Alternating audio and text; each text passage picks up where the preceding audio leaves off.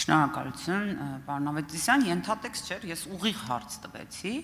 ասեմ ավելին, ես ձեզ հետ լիովին համամիտ եմ, որ դուք անկաշկանդ եք գործելու, բայց դա նրանից չի, որովհետև դուք սկզբունքային եք հիմա,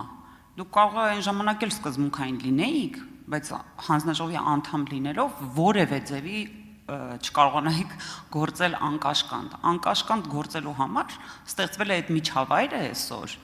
պարոն Ավետիսյան, որ դուք կարող եք հավակնել ընդդիմություն լինելով մի քաղաքական ուժի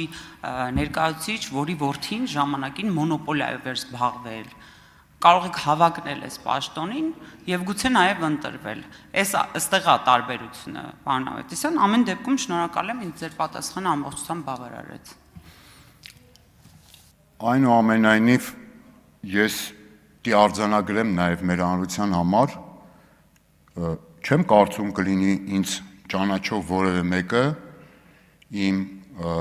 աշխատանքային գործընթացում, իսկ հազարավոր մարդկանց հետ եմ ես աշխատել եւ տարբեր ոլորտներում,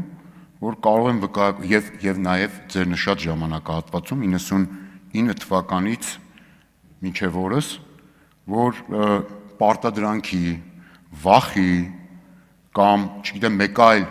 ոչ օրինական ճնշումների կամ գործոնների ազդեցությամբ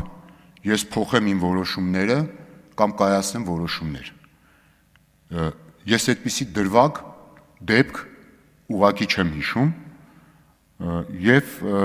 կարծում եմ այդ այսու էլ այդպես պետք է լինի։ Նախ շնորհակալ եմ իմ գործընկերներից, որ այդպիսի առիթ ինձ չեն տվել, այդպիսի ճնշումներ չեն առաջադրել եւ նաեւ բնականաբար իմ մոտեցումները ուղիղ են, ինչ որ ես հնչեցնում եմ։